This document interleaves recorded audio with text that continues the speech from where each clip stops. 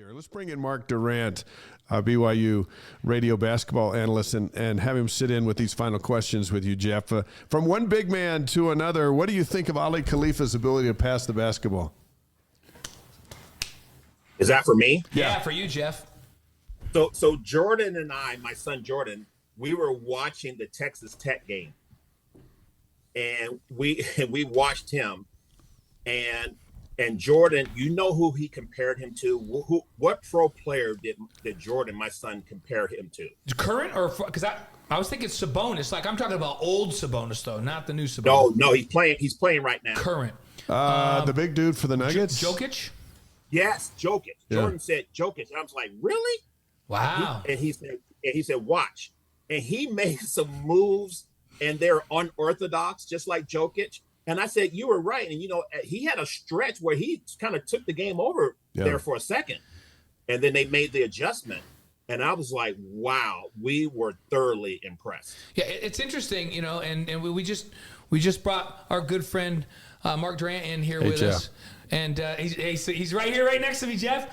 But he said he's joined our panel of questionnaires. He's in here. He can ask questions. Oh man, I got some good ones for Jeff. Mark too, but no, I got to ask Mark a question first. Oh, all right, go ahead. I'll make this comment about Ali, but what we have to remember about him is he had a non-weight bearing injury this summer, and he came into camp, I don't know, maybe 35 or 40 pounds overweight. And I was sitting next to Danny Ainge, and I said, I don't think this dude can make it 3 times up and down the floor. And Danny said, wait till you see him pass the ball.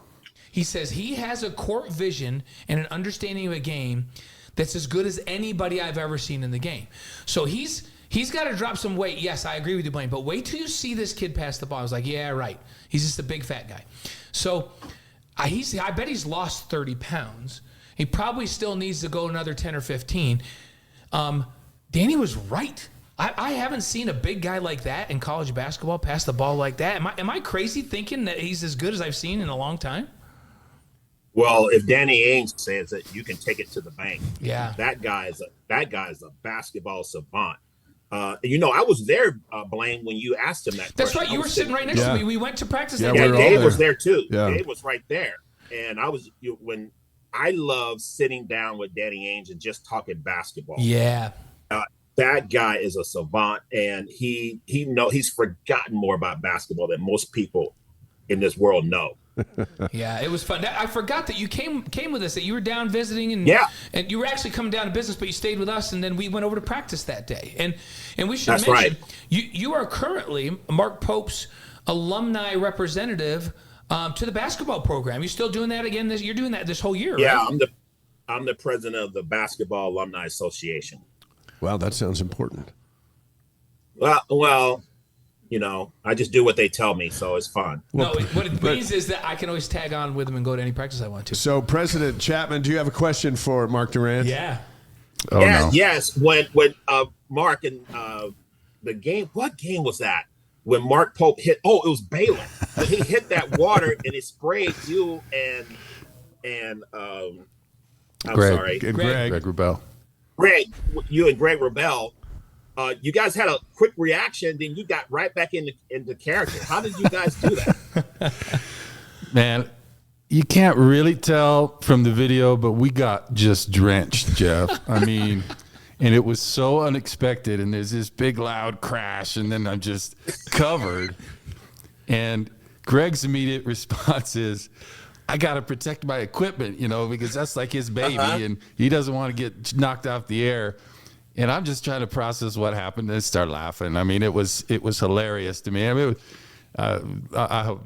coaches, as you know, they get fired up, and it was funny, and I didn't have to shower that night, so it all worked out for me. But it was actually hilarious, and I made a point to find the bottle after, and I grabbed it, and it's just crushed. And so I have that. That's I don't have a lot. Have Mark sign it, man. That's going to be worth a lot of money. Hey, well, one question. When they go to the Final Four this year. Yeah. This question's for both of our guests here. As we wade into the deeper waters of the Big 12, where do you see the biggest challenge lying between now and the NCAA tournament with BYU trying to stay alive in this thing? Start with you, Jeff. The biggest challenge, you Yeah. mean as far as team or just overall? Just as this team trying to stay afloat in the Big 12 and making it to the end. In my opinion, they have got to figure out how to finish games. And that is easier said than done, because the talent level that they're playing against every night is just incredible. I'm sure there's something they could do. I can't put my finger on it. If someone could put their finger on it, they would make the adjustment. But I predicted them to be 500 in the league and go to the tournament. Right now, what they're 2-3. Yeah. Are they 2-3 in league? Yeah, right and now? they've got 2 home games coming up. Of course, one of them is against the top 5 team in the country. So tomorrow night. Right. Yeah, and we always in the history of BYU play top teams in the Marriott Center very well.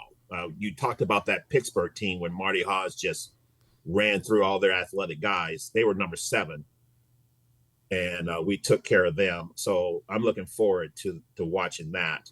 But finishing the games, they play so well. But at the very end, they're having a hard time making the key stops that they need to, and executing the offense and making some big shots at the end. That's been the difference. If they can figure that out, they're going to be okay. Yeah, I mean, amen to what Jeff says. And I guess the other thing I would add is they need to be healthy. I think they haven't really been for 2 months now. And the way they play, and they have to play with such intensity, and it just wears on you, and the athleticism in the conference, it just beats you down, and they're just kind of fading at the end. And the more guys you have to come in and replenish that will help. I mean, not having Noah Waterman, he's a terrific defender, 6'11". And he's a great offensive rebounder, too. Great offensive rebounder. So that hurt them. I mean, so that's a big part of it. The other thing is, what BYU really needs is a Jeff Chapman that – that is just so solid and reliable and can get you a bucket when you need it. Things are falling apart here. Let's give it to Jeff. Yeah. And although BYU's got great players, nobody argues that, I just don't know who that Jeff Chapman is at the end of the game for BYU to say, hey, just get him the ball, we'll be fine. I thought Foose was going to be that player. Why is he not? I think it's really interesting, and I'm interested to get all of your opinion on this.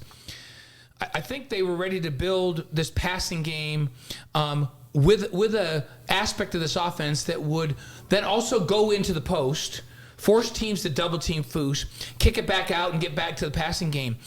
When Foose had that extended injury, and Ali started to play more, they started to play more 5 out, even 4 out in a high post. And they got away from throwing the ball into the post. They really didn't have anybody that could play with their back to the basket. And they got so comfortable and had so much success with that. Now Foose comes back. And I just, even in the last game, or when he played last, I get this sense that he's like, I'm not quite sure what I'm supposed to do in this offense.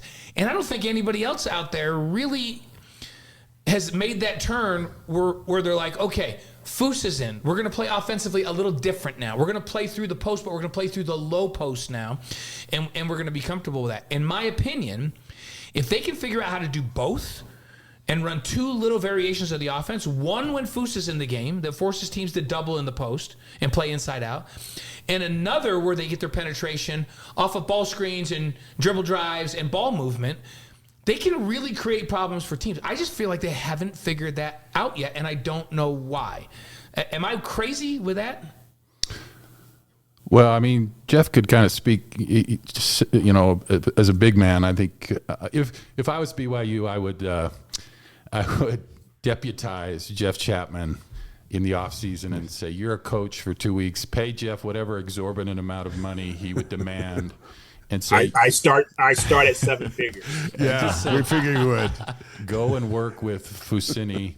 for 2 weeks, because Jeff is as good as anybody. And you have these resources, great players. And man, if I could have spent 2 weeks with Jeff Chapman, just pick his brain and see how he did things. Anyway, that's beside the point. But Foose was injured before the season, so he didn't get to practice as much as I'm sure he'd like. And then he has been injured for 6 weeks. And I think really for the first time in this last game, he was moving like he wasn't worried about injuring himself again.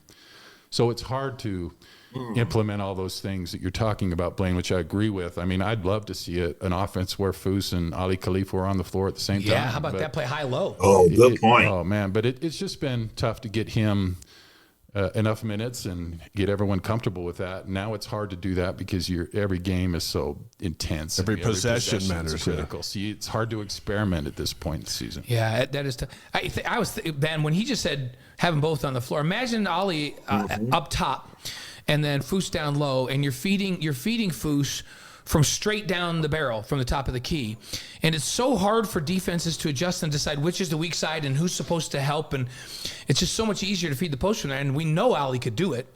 Those two on the floor at the same time, I feel like they really need to figure out how to do that and take advantage of it, because it gives them some matchups that people can't defend in this league. Yeah, I don't think we're going to see it till next season, because you can't do it in the league, right? You can't go practice stuff. Like tomorrow night they're playing the number one defense in the country. How much time can they go, let's try this high-low and see if it works out? But when you have 13 non-conference games like they were going to have, but Khalifa was hurt and then Foose got hurt, and now the offense runs better with Khalifa, that it might just take – next season in the non-conference to work out this dream high-low scenario. But the good news is everybody's back except for Spencer Johnson, right? Yeah, they're going to have a lot of guys back, and obviously guys off the mission. And I mean, the future looks bright, but you want to win games. Yeah, you want to win games now. And I think Foose is because he's been hesitant. He's going back to what he knows, which is catch it, be strong, right hand jump hook. And before the injury, he was really starting to develop into a Jeff Chapman type game. I mean, if I see Foose, and if he turned and faced and hit a little 10-foot jumper, turned to the baseline, which I still have dreams about Jeff Chapman turning baseline.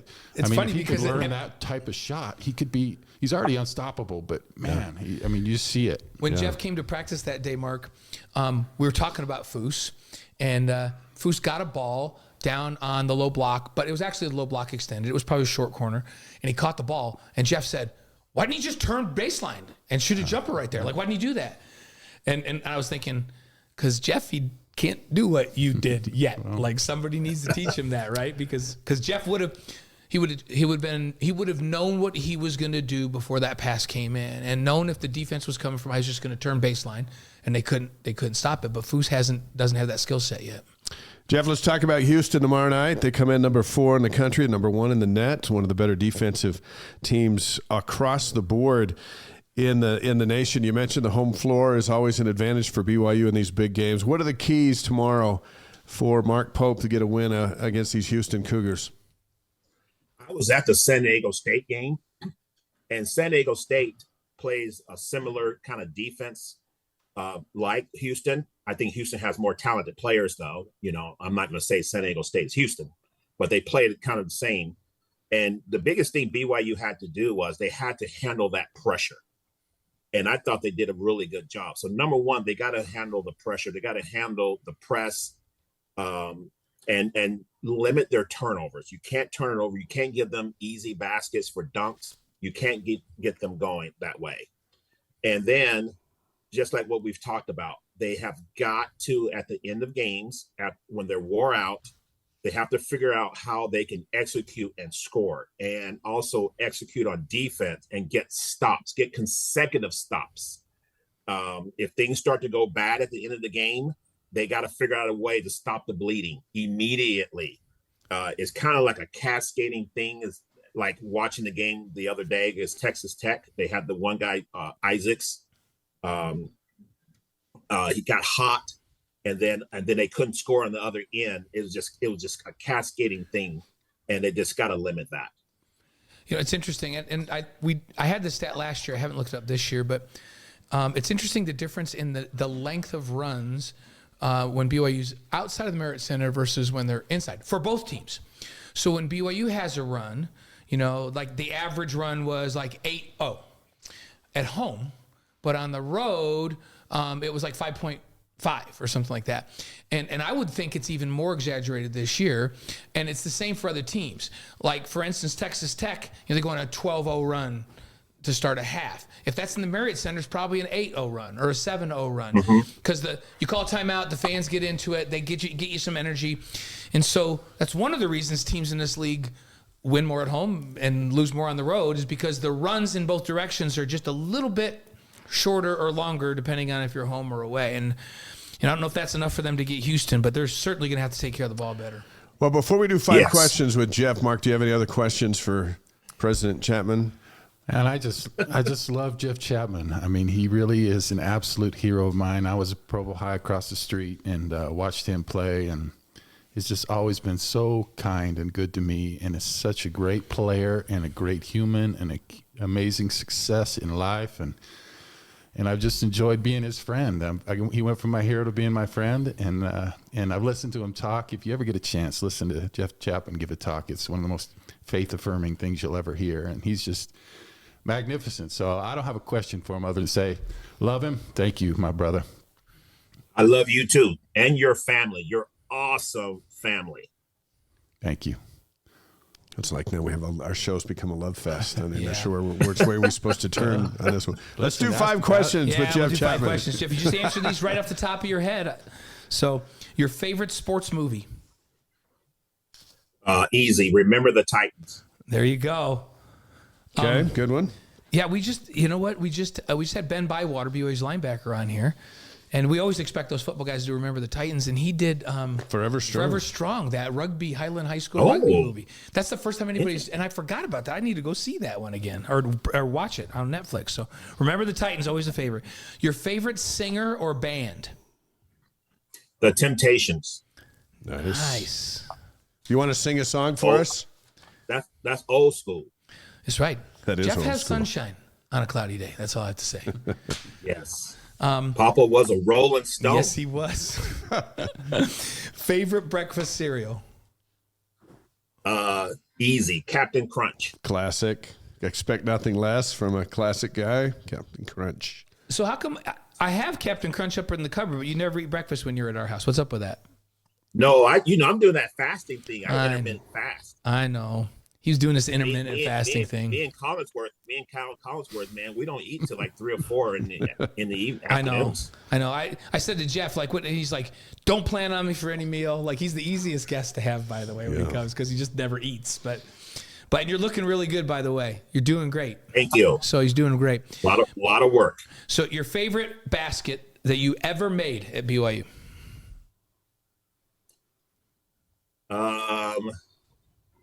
I have to say there was one in Poly Pavilion. It was the second half, and they were pressing us. We were ahead, and I caught it on the wing, and I took 2 dribbles to the free throw line and shot it up over Greg Foster. I don't know if you guys remember. Yeah, Greg played for the Jazz. Yeah. And I remember after that shot, I thought it was pretty cool. And there was like a break or something, timeout, and Coach Reed, love him to death. In fact, I named my son Jordan after Coach Reed. Right. Yeah. That Jordan's middle name is Reed. We're that close, but he didn't give a lot of compliments, right, Mark? Very few. Very few. Yeah, he expected us to be great, and that made me even better. But anyway, he pulled me to the side and he told me, he said, that was one of the biggest time plays I've ever seen. You're a big time player, chat. And I was like, I was like done. Coach Reed gave me a compliment. I love it. So against awesome. UCLA and over the top of Greg Foster. That's great, because Greg's a 7-footer, isn't he? Seven footer. Yeah, great player too. Really athletic. Some great big men in the late 80s. Yeah. All right, number 5. Here's the last one. Your favorite piece of advice that anyone's ever given you? Oh my goodness. Advice. Oh, so many life lessons. Yeah, dude. Yeah, and it's hard to make you, like, just on the spot pick out one. We like to come at you like that. We like to come at you. Tough one. Your favorite bit of advice ever given? Okay. Here's my favorite. Changed everything for me. Okay. You should get baptized in the Church of Jesus Christ of Latter-day Saints. And who gave you that advice? The first one. Who didn't give it to me? I got to BYU, man. I was giving that advice every day. I'm like, oh, please stop telling me that.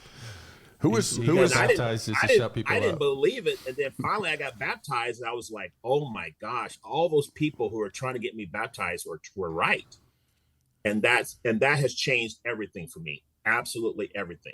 Now, Jeff, I was at a baptism the other day of a little kid, and the fonts aren't the biggest. So how did how did they get you under the water? Very good. In fact, I almost drowned. The guy who I don't know how to swim. Yeah. Okay. Second of all, the guy who baptized me, name was Wascar Cruz. Blaine, do you ever meet Cruz? Yeah, I met Cruz. What about you, Mark? No. You know, remember he's about 5'8". Oh wait, yeah, he's not big. He would play pickup ball, right? Yeah. Yeah. Yes. Yeah. And he put me under the water. He couldn't get me up. Yeah. and we had to do it twice. Yeah, because Jeff's arm was hanging out. And here's the thing, maybe you just needed that it whole twice, thing. Jeff. You're more buoyant in water, is overcome by the logistics of that length of a human being under the water and that small of a guy trying to pull him back out. It just didn't work. I'll tell you a funny story. Yeah, it didn't work at all. A funny story. A friend of mine got baptized. He was 80, and his grandson baptized him. And it was an awesome experience. But as they went down in the water, the grandson didn't give his grandpa or great grandpa enough room, and so he smacked his head against the railing and split it open.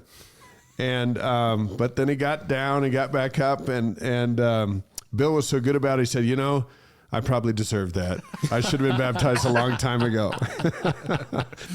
And I forgot that Jeff. What an awesome story! I forgot that Jeff didn't swim. We went up to the boulders, to Boulder Mountain, to fish one time. Remember, Jeff, that trip? Yeah. And and it's pretty remote. And I remember Jeff saying, "There's no like showers or anything up here." I'm like, "No, we go in the lake. Like we'll take a bar of soap into the lake." He's like, "No, bro, I don't swim. Like I'm not getting in the lake." I'm like, "No, we're just gonna stand in there. Like, what if I float out there?" I'm like, "I will swim out. I will swim out and get you."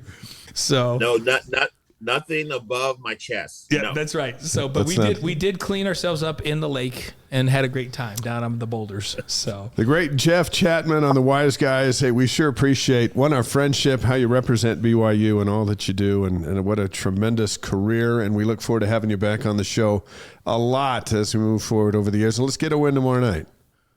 You got it. Thank you. Love you guys, and go Cougs. Thanks, Jeff. Thanks, Jeff. See you, brother. Jeff Chapman, how about that? And he's 6'6". He played so much bigger than 6'6". Well, because Jeff's got a 7'2" or 7'3" wingspan. Yeah. And Jeff also came with a 39.5-inch vertical jump. So when you have a 7'2" or 7'3" wingspan and you jump almost 40 inches, you play like you're over 7 feet tall. Is he like a Foose without the jump shot? Yeah. Is that a fair assessment? He's more explosive than Foose. Foose is stronger. Like Jeff and I were actually comparing with Jeff was sitting next to me. And he's like, he's stronger in his lower body, so he has more of an ability to like post somebody up. And I go, and Foose did a drop step and dunked it right-handed. And I go, oh. And then I said, but he, like on that one, you would like taking the ball back, scratched your shoulder blades with it and thrown it down 2 hands and hung on the rim and then got in the guy's face, right? And he goes, oh yeah, I would have done that. And then he goes, he's not quite as explosive as me. So Jeff could get off the floor. I mean, Foose is pretty explosive for how big he is. So even Jeff would say Foose is a little stronger in the lower body, so he can muscle you a little bit more. Jeff was a more skilled shooter, and Jeff is unbelievably explosive.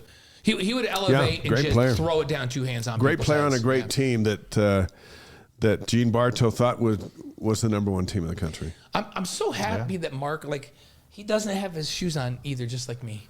So people can't see. I always like. Yeah, but at least he's got socks on. I don't follow the rules here. I've never worn like people have asked because they can see right now in the shot they can see my feet. Show them what you got on. Mark's got some cool socks. Some Toronto Blue Jays. So we're very relaxed on this show. And see, Dave's got some cool socks on today. Yeah. If you're on the podcast, you're really missing out. Nobody wears shoes on this show, just so you know, ever. That's how relaxed we are. Mark Durrant in his 26th year working as a basketball analyst for BYU Radio with Greg Wrubell. Played for the Cougars between '89 and '95 with a 2-year church mission in between, and he's been with us as we finished up with Jeff Chapman. And now we can get serious. Are you ready to get serious? Yeah, bring it on. I mean, your wife's right here, like and she's Donahue. ready to get serious. So let's get right down to let's talk about some observations through the first 5 Big 12 games. BYU's 2-3.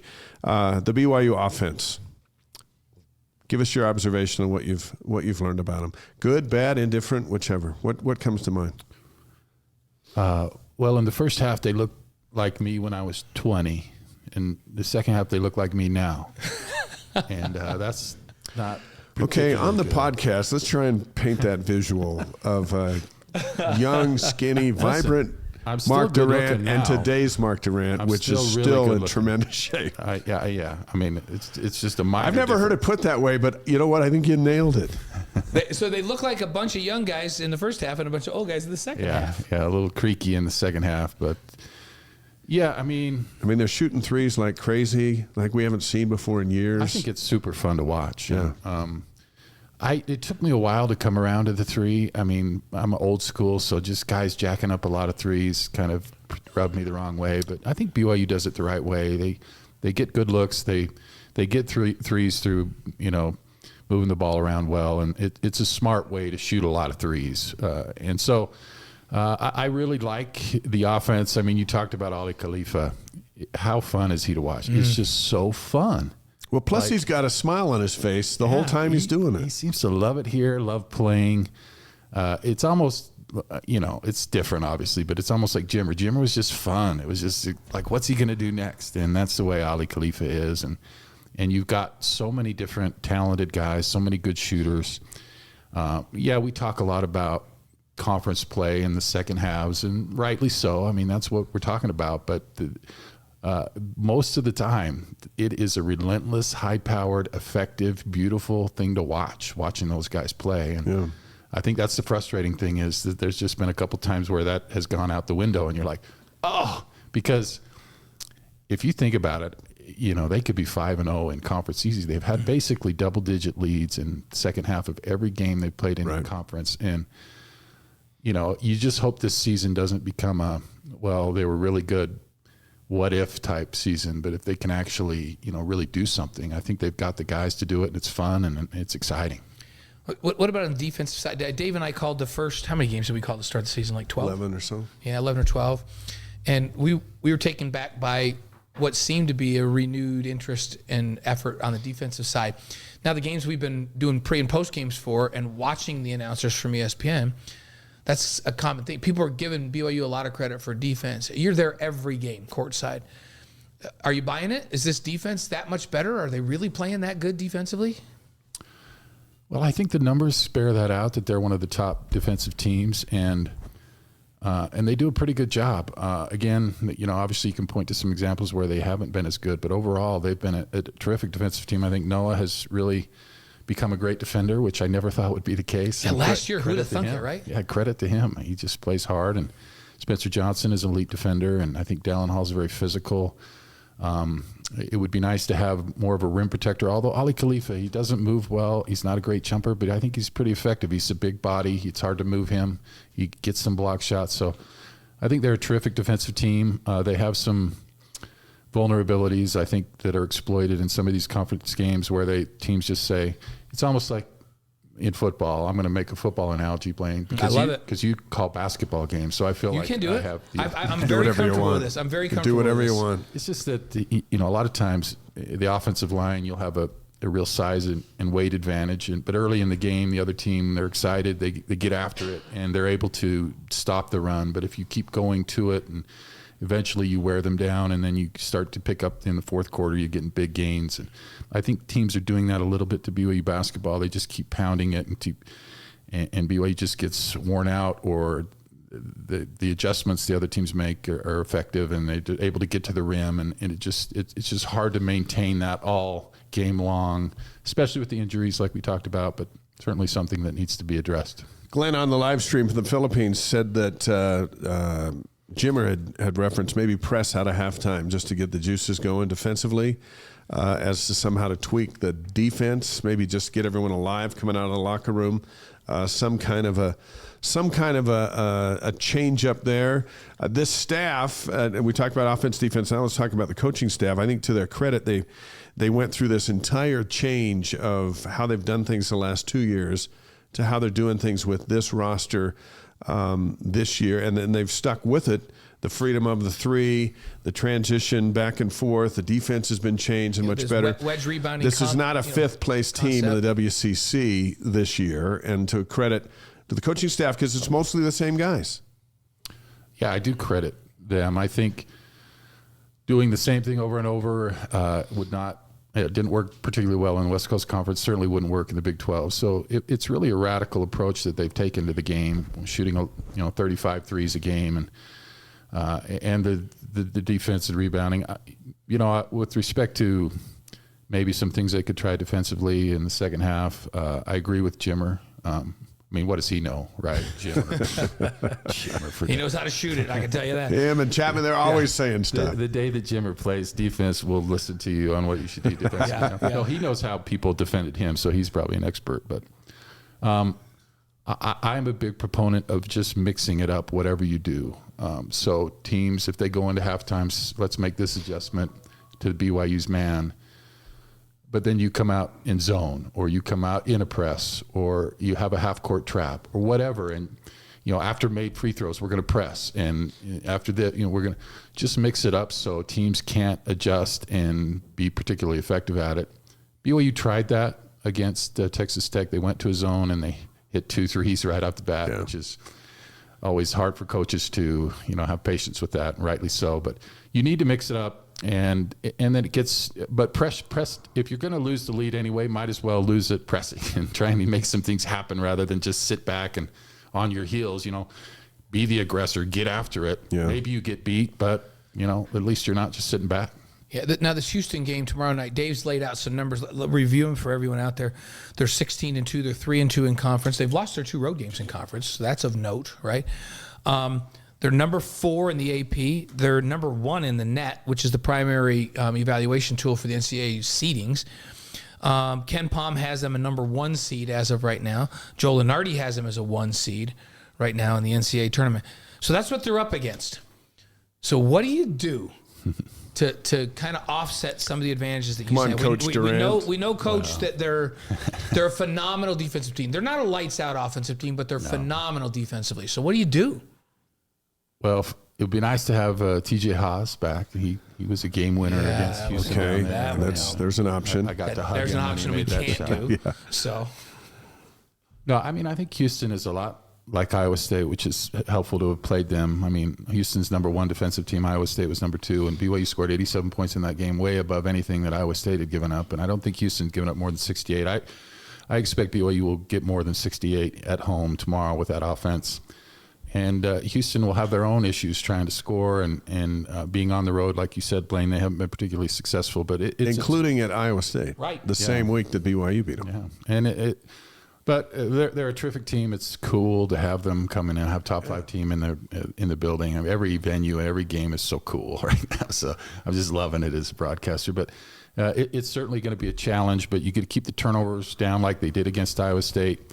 Make a few threes, maybe get a little bit of a lead, and then Houston has to change what they want to do a little bit and make them play your game rather than playing their game, which is slow, ugly, turnover, block shot. Yeah, they give up. They only give up 51 points a game, which is crazy to me. UCF had 42 and made 7 field goals in that game, their last game. But I agree. I agree with Houston you. at home, they're BYU's tough better too. than that offensively. They create some unique challenges. Houston hasn't defended a team like BYU. And why? Like BYU only averages 10 turnovers a game, but in some of these games they've given away in the second half, it has been turnovers. What's been the difference? And you've been sitting right there in these games where they have 7 turnovers or 8 turnovers, and they're so good at taking care of it.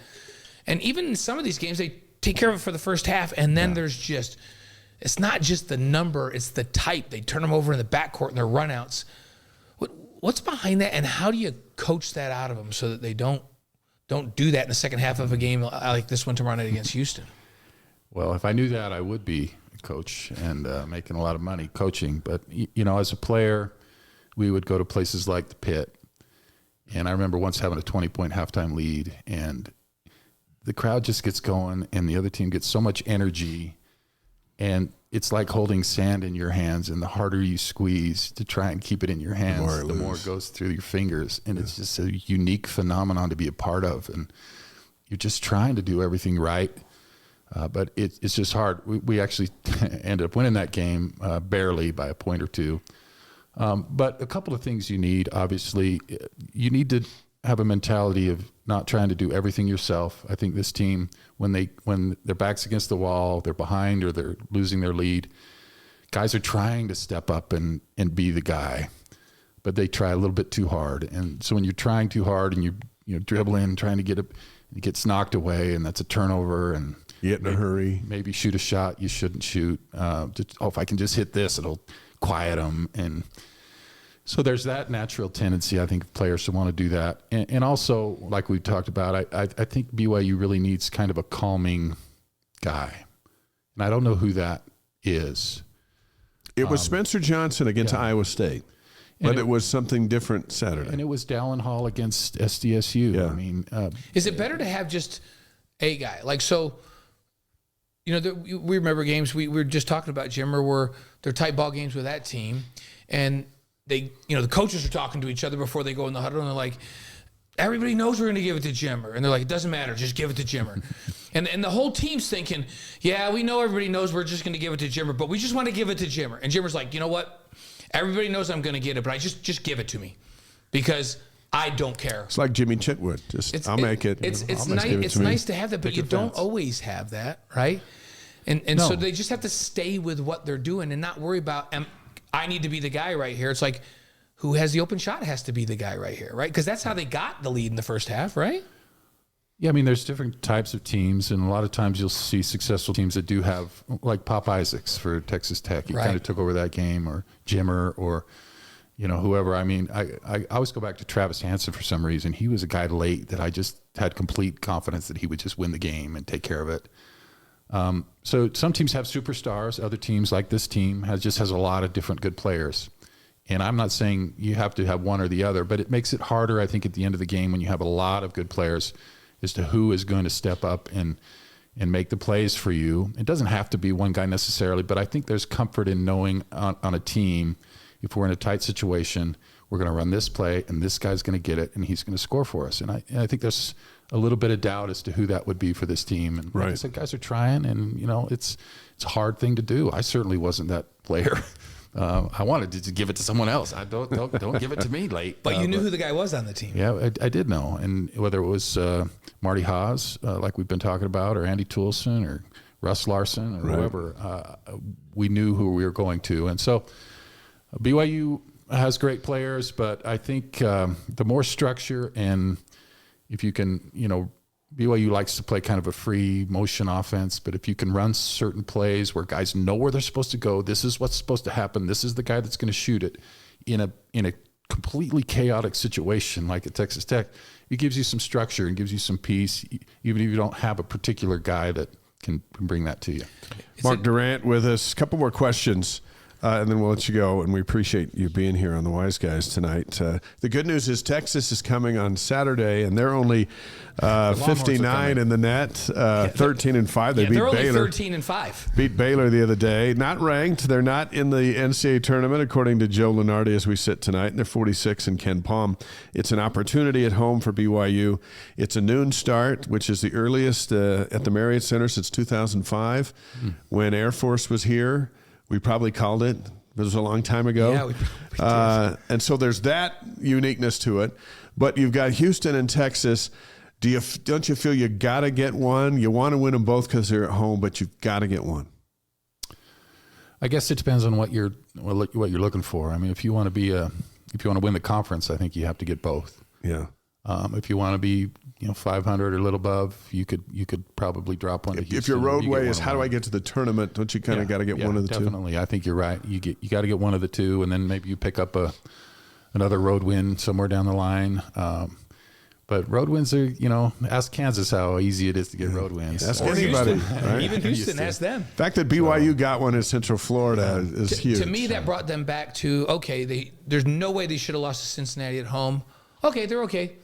That was a disaster. Yeah. They won on the road, so they're even now. They're okay now. Yeah, it's like a tennis match. You lose one, you win one. You lose one, you win that's right. one. Well, I gave up my service, but I just got a break myself. So now even when you think like West Virginia, that's going to be one you're going to get, and then they beat Kansas. Yeah. It's like every team in this league is good at home, right? Yeah. Hey, look, we were thinking Central Florida would be one of those. Yeah. And then they beat just before BYU, Kansas. Yeah. Where we're like, okay, we got to rethink that. They got another one after that. Yeah. I can't remember. So hey, I wanted to ask you about this. I know you watched the women's program a little bit. Lauren Gustin, and you know a lot about rebounding.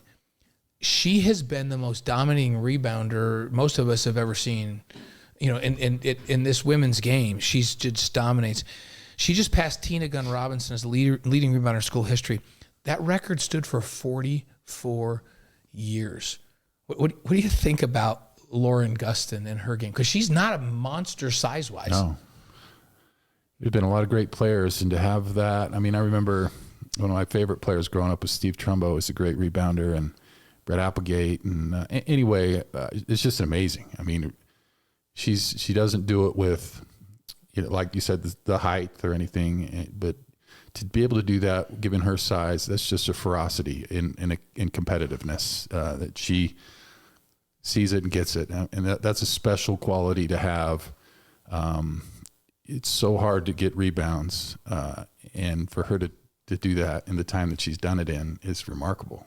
Congratulations to her. Yeah, it's crazy. Even in the final year of the first year of the Big 12 for a player who's 6'1", to lead the country in rebounding and to get that rebounding record, it didn't slow down. We wondered, hey, the Big 12's coming. Is Lauren going to still be able to be the dominant rebounder on the floor?